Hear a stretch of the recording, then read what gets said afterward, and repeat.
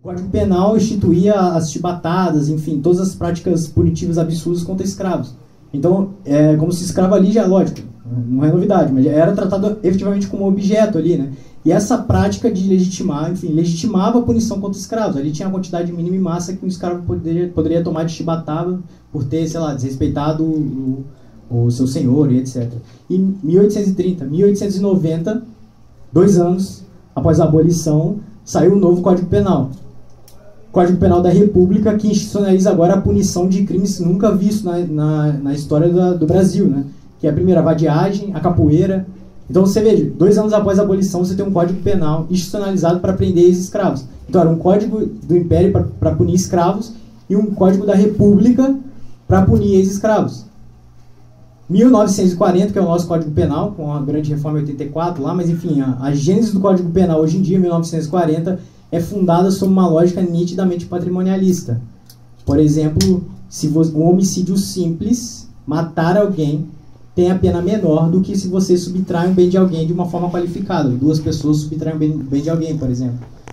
Então você vê, é mais precioso ter um celular do que ter a própria vida. Veja que isso não é um dispositivo só, tantos outros, né? Veja que essa lógica é como uma lógica nitidamente patrimonialista ali, acerta o interesse a se proteger. Então essa lógica da seletividade penal é institucionalizada a partir desse instrumento, a partir do sistema de justiça.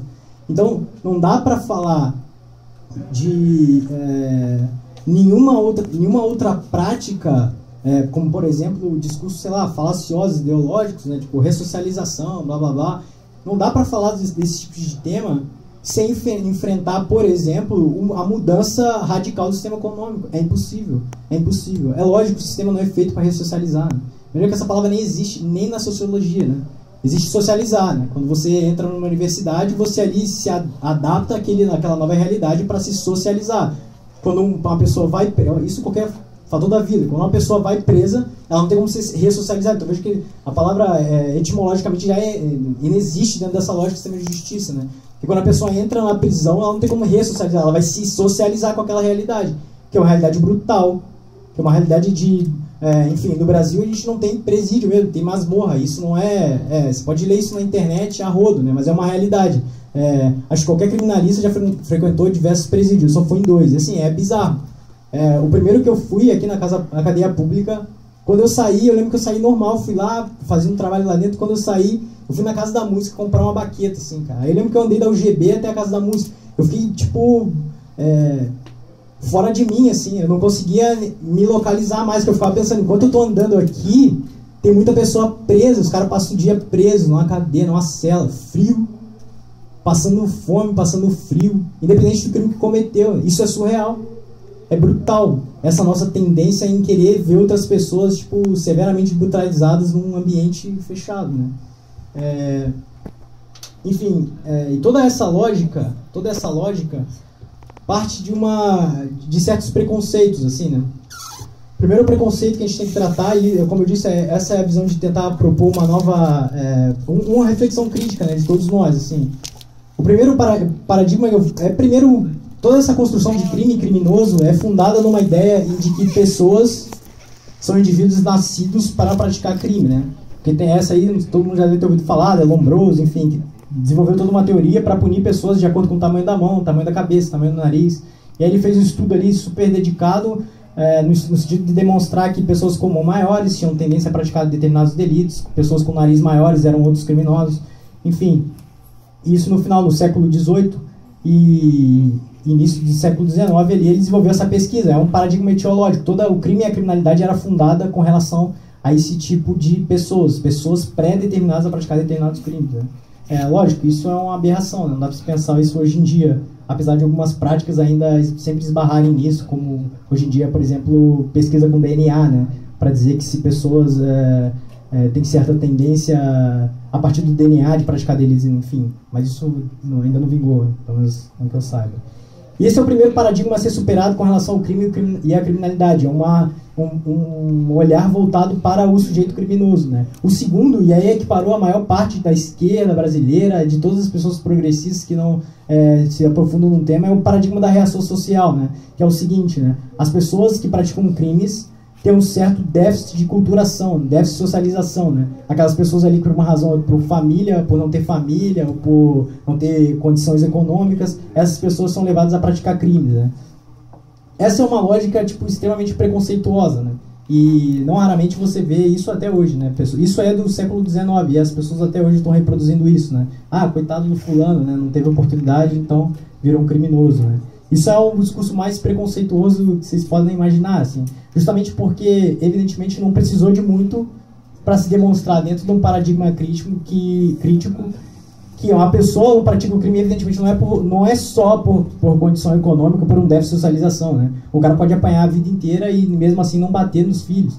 Uma pessoa pode ser estuprada que ele não vai virar um estuprador, né? Uma pessoa pode não ter nada na vida que, ainda assim, não vai virar um potencial criminoso, furto, sei lá, uma pessoa que vai entrar numa quadrilha para assaltar banco ou para roubar celulares na rua, né? Evidentemente que isso não tem menor sentido. Mas ainda assim muita gente parou nessa ainda, né?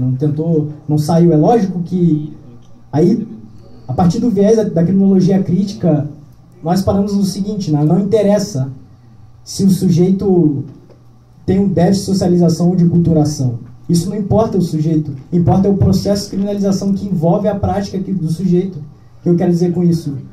Quando uma pessoa pratica crime, aqui esse comportamento, o que importa é o comportamento criminalizado pela sociedade, não a própria ação do sujeito, entende? Por exemplo, um exemplo muito claro disso. No Brasil nós temos, isso é uma pesquisa da FGV, 2013, dá para achar em qualquer site, né? Temos 1.684 tipos penais, crimes, né? 1.684 crimes. Então você pode imaginar que a qualquer momento uma pessoa está praticando um crime, a qualquer momento. Desde uma pessoa que não atende uma diligência devida de um tributo para o fisco, ou uma pessoa que está falando no celular, bêbada, não, celular não, mas uma pessoa que está dirigindo bêbada, por exemplo, que é crime, né? Isso é uma coisa corriqueira. Então a todo momento tem uma pessoa praticando um crime, qualquer tipo de delito.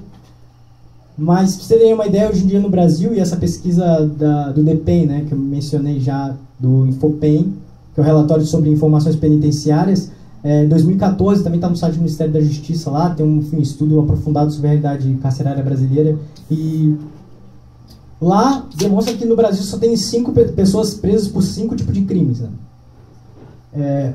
Tráfico de drogas, majoritariamente, roubo, furto, homicídio e um crime, eu acho que é o porte de arma de fogo, que é um crime do Estatuto de Desarmamento, né? Mas aí depois tem uns outros em seguida que representam alguma porcentagem, receptação, enfim, alguns outros crimes que eu não vou lembrar agora, mas o restante desses 5 não correspondem a mais de 1%. Então são 700 mil presos, 700 mil, lógico, já tem até mais, né? Coloca aí, tipo, quase 800 mil presos por conta de 5 crimes. Sendo que a gente tem 1.684 crimes. Então veja que há uma tendência de criminalizar determinadas condutas e depois criminalizar determinadas pessoas pela prática dessas poucas condutas. Então isso não importa a prática do sujeito, importa o que a sociedade diz o que é crime. Não importa, por exemplo, o tanto de gente rica ou não que está andando na rua praticando qualquer tipo de delito, por exemplo, dirigindo embriagado. Não há um esforço, uma tendência, uma política criminal direcionada a punir esse tipo de comportamento. Lógico que eventuais pessoas serão presas, eventuais pessoas serão levadas pela delegacia. Mas existe uma tendência dirigida a punir determinados comportamentos. Então não interessa se o sujeito é A ou B, é pobre ou não. É lógico que isso é um fator, não é determinante, é impossível se determinar um fator criminológico de uma pessoa ter praticado um crime por um fator ou outro. Mas isso aponta na direção de que isso não é um fator determinante. Se a pessoa tem dinheiro ou não, isso não vai, nem sempre, então não tem como dizer, nem sempre a pessoa vai começar a furtar celular, veja. Mas o que importa é que há uma tendência em se punir, como eu disse no Código de 1940, o furto, por exemplo, de